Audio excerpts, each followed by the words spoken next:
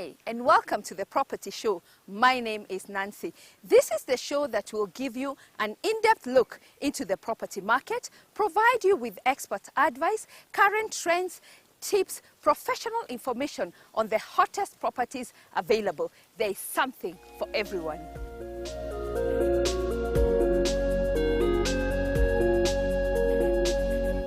Our topic is on sustainable construction industry, and our expert guest is Miss Elizabeth Wangeci, the Managing Director of Web Limited. Elizabeth will be taking us through why we should consider going green. Hello. Karibu sana. Asante sana. Good. Tell us, what exactly is sustainable construction and what does it entail? Sustainable construction mainly looks at green buildings. So the industry that we concentrate on is the green building sector. What is green? And how green is green? Well, green building actually, the buildings that look at the environmental aspect, the economical aspect and the social aspect of building. So rather than look at traditional ways of building, we look at all these aspects that would encompass the life cycle of the building. What is traditional and what's new? Well, traditional, I would say, if we look at Kenya, there's a lot of brick and mortar construction. I would call that partly traditional, but not very traditional. And the way of looking at green buildings is by looking at the local environment, the local climate, and also the materials that we have available. Rather than just be comfortable with building as we have found, we look at ways of improving, and at the end, the economics actually sell more of this green building industry. So the green building is also cheaper? It is. You'll find in a lot of cases that the capital expenditure, the upfront expenditure, might be slightly higher. But if you look at the lifetime of the building, 20 years, 50 years, from the decisions that were made at the design stage, you'll find that green building is actually cheaper. When do we engage your services? Well, the best time to actually engage a sustainable construction consultant is as early as when you're going to get funding to buy the site before development. At that stage, we can also advise on the funding you're getting, sustainable elements you can achieve on the proposed development. We also assist in selecting the green building or the architects, the engineers, the use of the building that you're planning to do. If we're engaged early enough, we can tell you how the operational element will be and the cost as well. So that would change what the initial plan is. Being there earlier is better than later. How do we measure a green building? Well, this is a conversation that goes on. We have international standards. If you compare, for example, if you're ill, you go to a doctor, they have measurement standards of your temperature being too high, you have fever. So quite similarly in the construction industry, there's standards written on how buildings should perform based on the use as well. The international standards that are set for green buildings actually look at the different ways that buildings are used, and there's actually benchmarks that are set. In Kenya, we may not have the benchmarks set, but internationally, the use of a building for an office would be more or less the same, you know, taking into account the environment aspects as well. So if we can go to doctors and actually get our temperatures measured to say we're sick, there's ways of actually looking at buildings being green or sick buildings. Wow. And do we have any green buildings in Kenya yet? That's a very good question. Yes, we have. We haven't got as many certified or measured yet. So we always have the question, is this one greener than the other? But from our research, we've seen that Kenya Commercial Bank, KCB Bank building in Upper Hill is a green building. Can't tell you what rating it is yet. But the integrated design, the approach, the solutions is heading to the right way. We also have some projects underway which are in design. There's Garden City Retail on Thika Road. That's very much a green building. There's going to be Nairobi Business Park, which is going through the construction process as well. And that's going to be certified to US green building standards to actually make it a LEED building. And is it more expensive? Why are we not going green? Is it the costs? Well, one way it is the capital cost will be slightly higher. But the encouragement that we have with developers and the building industry is don't look at the capital cost. The building is going to be there for 20, 50 years. Even 10 years we can show you you'll save money. And if you look at our utility bills, you know, Kenya Power bills, water bills, you know, they'll be going up, they'll still go up. So if you look at the total cost of the building, your use of the building, you actually save money. Is it through the materials or what? How do I save money if I go green? Well, first of all, if you look at your orientation of the building, you look at where you're putting the building. In Kenya, we're near the equator. We have many hours of sunshine. We have rainfall most of the year. You know, it's not a desert. So if we take advantage of our climate, our local climate as well. So once you look at where you're going to position the building, get as much daylight. It's free. Why not use it? Get as much daylight as possible. Harvest the rainwater. That's one way to start. So with that, you're reducing the demand you have on the building. Then you can look at the materials. The materials are a solution for creating an environment we can be comfortable as human beings. So when you look at materials, we extend as far as looking at local materials. There's no reason why I should go all the way to, for example, China to get materials that I can source locally. We need to create that database that we are proud of the materials. They're locally tested, they're locally used. Once we don't have materials here, or we've expanded and expounded on the materials here, then we can go abroad and look for other materials. But we start at home first. Which materials are you talking about? I'm starting all the way from bricks. There's Kenya Clay Works down the road, on Thika Road. If you compare with London, for example, the construction in London, they use the bricks, you have the insulation, you have the plasterboard finish, and the climate there is so extreme. You have winters with -degrees, centigrade of temperature. You have extreme summers in Dubai. Why are we copying them? Why are we just copying the materials they use instead of looking at our environment first, looking at our materials, which we have available, and then work our way outwards? So are you recommending we stop using brick and mortar? I would recommend that because I don't really understand why we would have a totally expansive program. We have extended programs because someone has to shape the stone. It takes so long to build it. The aspect of prefabrication is here already. Let's make our work easier. We have the materials. We can actually have a better internal environment for the building by using other materials other than what we're used to. I think the industry is rather lazy, you might call it. We need to get back to a fundamental element of calculating what we need, using local materials, and that way we'll expand green building. Another thing we need to remember is the standards that we're using were written about 10, 20 years ago. So if we're mitigating for climate and building for the future, we need to get back onto the fundamental element, use the expertise across the wide range. And that's where we come in, because questions asked by architects and engineers, we can find the answers with contractors because they know what they did and the solutions they used in the last building. Are you talking to me as a single dwelling developer or a mixed-use developer? I'm talking to you as a human being because at one point I'll tell you to turn the lights off, I'll tell you to change the lighting, I'll tell you to turn the taps off, use the sensor taps properly, I'll tell you to maintain the building, all the way through to developers, and I'll tell the banks as well, I'll tell the funding industry that they need to put a bit of a speed and a wheel on this and push it forward, because if they provide the funding that will actually encourage people to have sustainable development, I think we'll see a few more buildings going that way. Do you get approvals, and who is the body that approves that what you're offering is the correct way? Now, the body that we're using at the moment and has had quite a few years, I'm talking about more than 10 years of approvals, is the US Green Building Council, first of all. We're using that on the projects here because at the moment we don't have a framework that we can use. The framework that's in place for Kenya would say is NEMA, but NEMA is the fundamental basic starting point. If you want to benchmark yourself to international level, you need to use an international framework as well. But in the future, we're looking to have local framework that we can actually use rather than rely on external parties, international parties. And we want to look at framework that's actually written for Kenya, for the Kenyan environment, Kenyan materials, and the Kenyan people. The way I use a building here is not the same way I'll use a building somewhere else.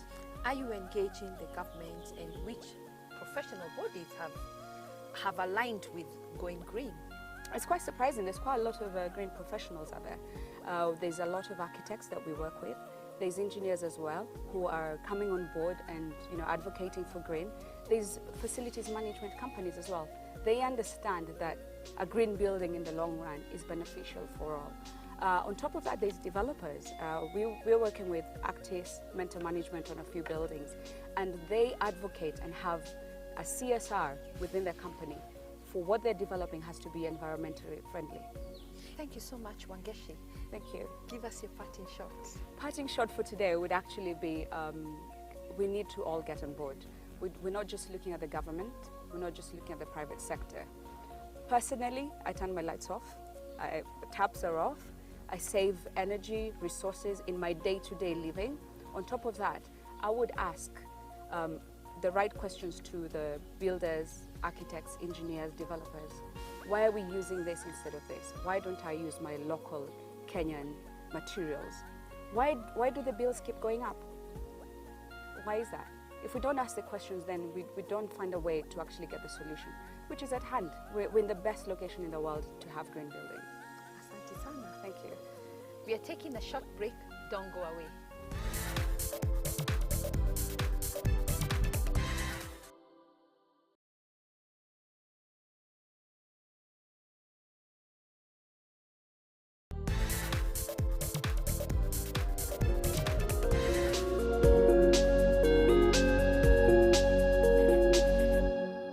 Hi, today we are taking you to Kitengela, where we'll be looking at an emerging gated development. We'll be speaking to Mr. Alex Muema, who will be telling us about the investment opportunities available. Let's go meet Mr. Muema. Fantastic. Thank you, Alex, for bringing us to Kitengela to see the investments available for our viewers. What is driving the growth in the Kitengela area? There are several factors. Number one, Kitengela is the dormitory town of Nairobi. You find that more than 50% of the population of Kitengela, there are people who work in Nairobi. They come to sleep in Kitengela because the housing is cheap. Then there are also factories in Kitengela, like the EPZ has got more than 50 factories. So that attracts a lot of people who come to look for work. And also then there are about 15 universities which are set up based around within 15 kilometers radius of this area. So that's attracting a lot of people who come for education, either as students or as lecturers. When we look at Kitengela, we imagine that it is water challenged. What is your take on that? Yeah, looking at the land, you might think it's dry because we don't have much trees. But believe you me, there's a lot of water underground. If you look around, why are the flower farms here? If you dig a borehole, and you can see one being done even right now, you find that within 700 meters, you find a lot of water. All the hills that are here, Gong Hills, Lukenya Hills, the water, when it rains, the water percolates. So there's a lot of water underground, and that water is actually fresh. It's not salty, and you can see within a kilometer radius of here, you've got very many boreholes which apply a lot of water. Once I've done my part, I've paid you, I've bought the land. At what point do you start your part of the infrastructure? When you're buying the land, we normally agree on the level of servicing. There's what you call serviced land, semi-serviced land, and unserviced land. Right? Like now, this one is semi-serviced. What do you expect to? It's a new scheme. What you should get at the end of the day is that one, roads. You have seen you have come from the tarmac is 1.5 kilometers, and you have come with the Maram road almost to the plot. So we'll do a road. We'll do the roads in the plot. In about a week or so, we'll have done upgraded the roads. So that will be available by the time you get your title. Number two, the issue of the water. You can see we have a borehole being done here, and the landlords don't allow you to put a borehole every 10 meters. So by law, when somebody has done a borehole, I cannot do another borehole within 1 kilometer. But by law, that person cannot deny me water. We need to have a sharing agreement with them, which is provided by law. You cannot deny. Thank you so much for sharing with us on plot ownership, and congratulations on this great project. Give us your parting shot. Welcome to invest in Korobo area of Kitengela. Because one, if you are buying a plot for investment, you can be sure that your property value will go up 30 to 50% per year, even without doing anything. Secondly, if you look at where you are now, you can see already the area is developed, it's got infrastructure, you've got good neighborhoods. Number three, when you are here, Konza is 10 kilometers behind us. There'll be the road between Konza and Isinya just about 3 kilometers from here. So there'll be a lot of traffic passing through here, and that will take the prices up. Korompoi is located in Kitengela, which is a 30-minute drive from the Nairobi city center. Korompoi is surrounded by various amenities. For example, one can find Naivas Supermarket, Eastmart, and Acacia. In addition, there are major banks located in Kitengela town, such as Cooperative Bank, Kenya Commercial Bank, Standard Chartered Bank, and among others. The educational centers within close proximity to Korompoi are East African University, Hindu University, Kampala International University, Wiseman University, KCA University, Kemu University, Tangaza University College, and among others. One can also find schools in the area such as Saleka Academy, New Light Girls Secondary School, Acacia School, and Kitengela International Schools. Lastly, Korompoi is situated 10 kilometers away from Konza ICT City. The plots for purchase are an eighth of an acre for 800,000 Kenya shillings, a quarter of an acre for 1.5 million Kenya shillings, and an acre for 4 million Kenya shillings. Don't go away, we'll be right back.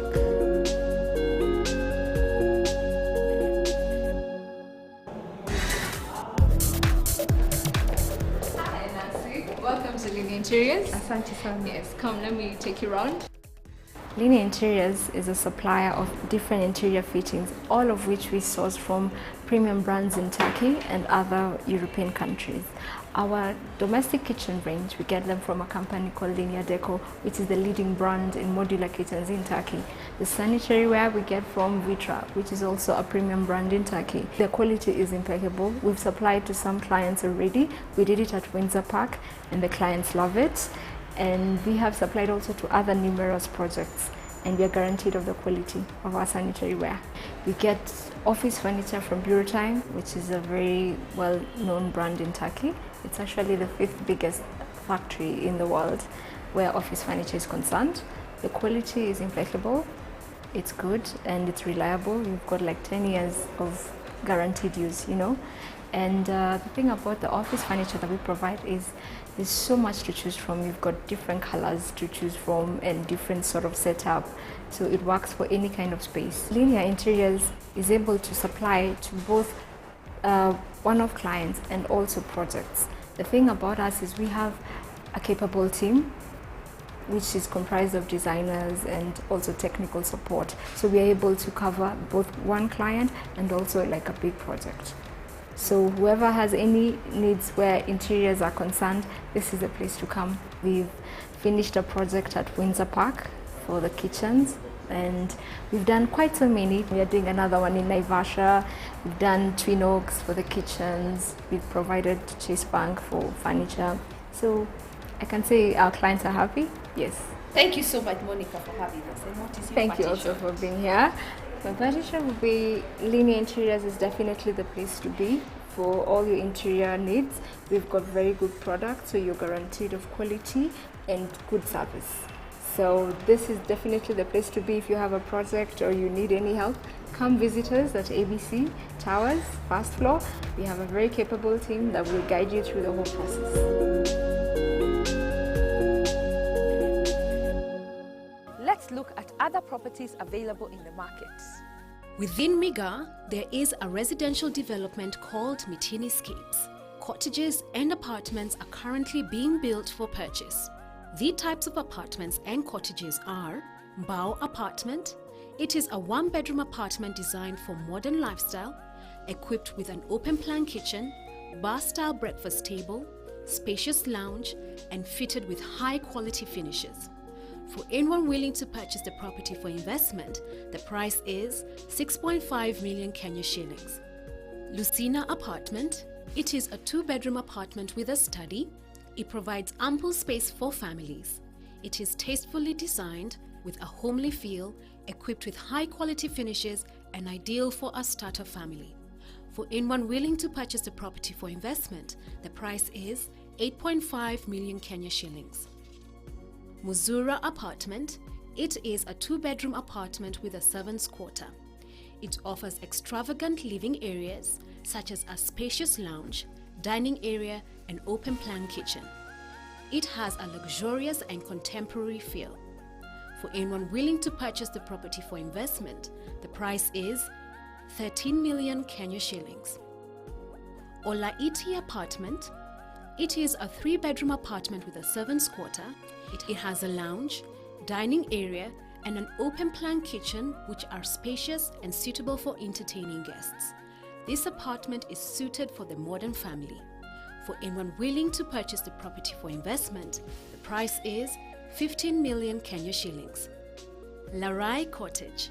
It is a 3-bedroom cottage with a servant's quarter. It has a spacious veranda, lounge, and lobby. All bedrooms are en suite. Master bedroom located in the attic.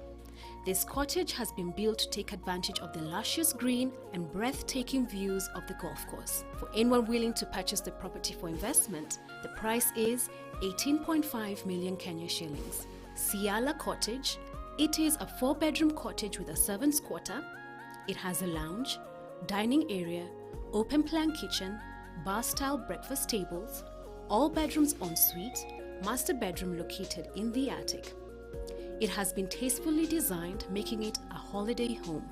For anyone willing to purchase the property for investment, the price is 21.5 million Kenya shillings. Tamarind Tree Residence. It is the newest development of serviced apartments within Miga. The units consist of 1-bedroom, 2-bedroom, 2-bedroom duplexes, and 3-bedroom apartments. The finishing is chic, modern, and contemporary. All units will be fully serviced, and amenities include lifts, generator, high-speed internet, concierge services, rooftop deck in each block with solar-heated pool, viewing deck, bar area. These units are an ideal getaway home and a great investment for the savvy investor due to the fact that they can be let by the hotel for long-stay guests, the hospital, the conferencing site, and residents within Miga. Chestnut. It is a community within Miga that consists of 500 square meter serviced stands. The stands are 1/8 of an acre, a perfect option for young families and first-time home buyers. For anyone willing to purchase this type of plot, the price is 4 million Kenya shillings.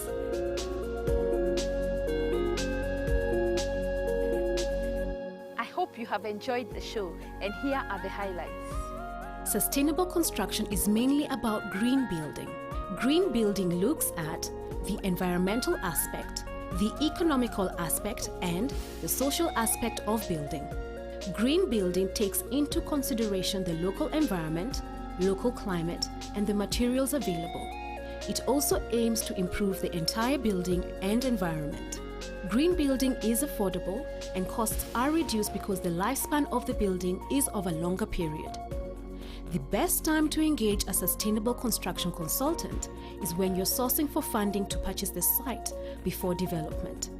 At this stage, the consultant will be able to provide advice on the funding that you require, offer advice on the sustainable elements you can achieve on the proposed development, assist in selecting the team that will work on the development, provide advice on the use of the building, and provide the operational elements and costs. As a developer, ensure that your green building gets approval, which is facilitated by the US Green Building Council and NEMA. A green building in the long run is beneficial for all.